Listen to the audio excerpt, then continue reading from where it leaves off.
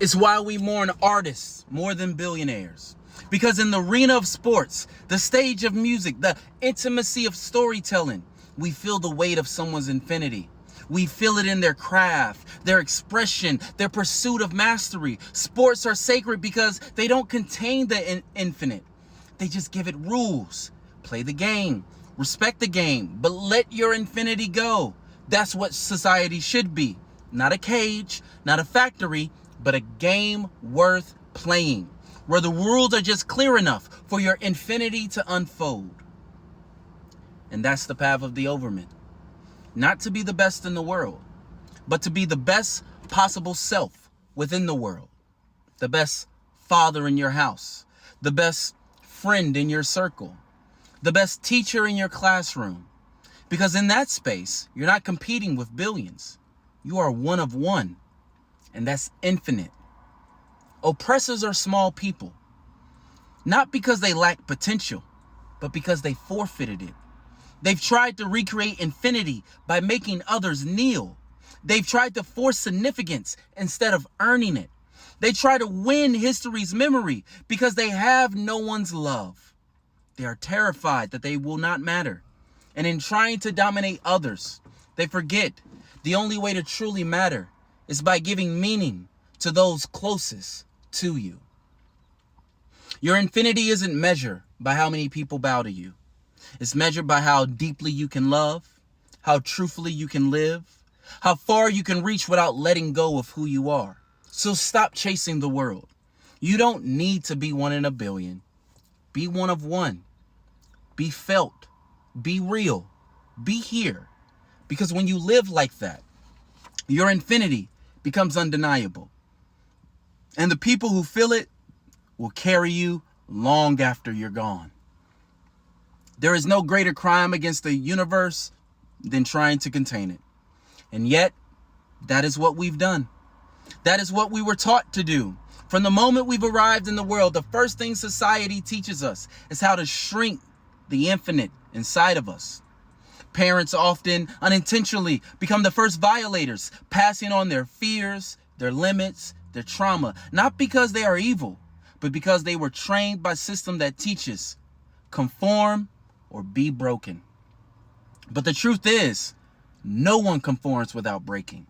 We break silently, we break young, and many of us never recover.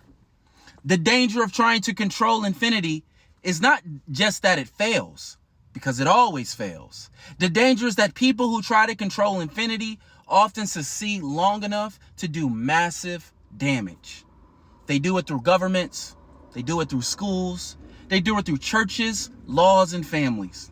They do it with traditions and economic systems. They build cages and call it countries. They build contracts and call them morals. And they make promises to God, not to follow him, but to own him.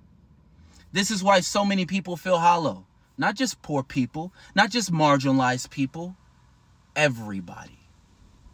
Because the very structure of existence has been hollowed out.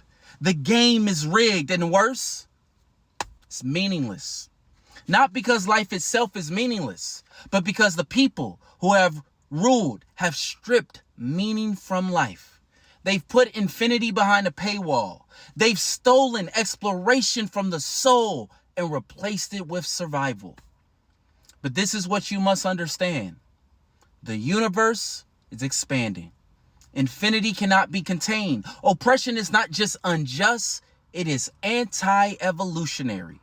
Every time a child is silenced, every time a protester is jailed, every time a new idea is crushed under the weight of tradition, the world loses time. The universe was ready to move forward, and someone held it back.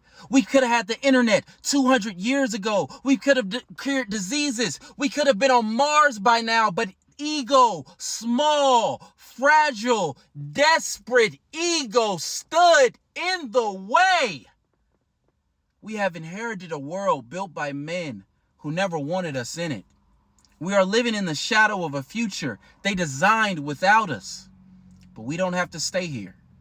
We don't have to play by their rules. Their gods are dead. Their justice is outdated. Their morality was always a scam. And now in the age of information, their illusion is crumbling. The only real question left is this: will we be the ones who finally stop trying to contain infinity?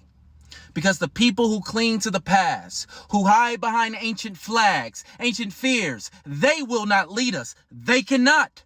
You cannot lead humanity forward if you're still trying to drag it backwards. You cannot create the future if you're still obsessed with preserving the past that was never meant to include us. So this is the line. This is the fire. This is where you choose. You either serve the old gods and play their small games, or you can step into your infinity, walk into the unknown. Because we need leaders who aren't afraid of the dark. We need visionaries who see past the edge of the known world and say, follow me. We go forward. Because we don't need permission to build a better world. We need the courage to stop shrinking. Thank you.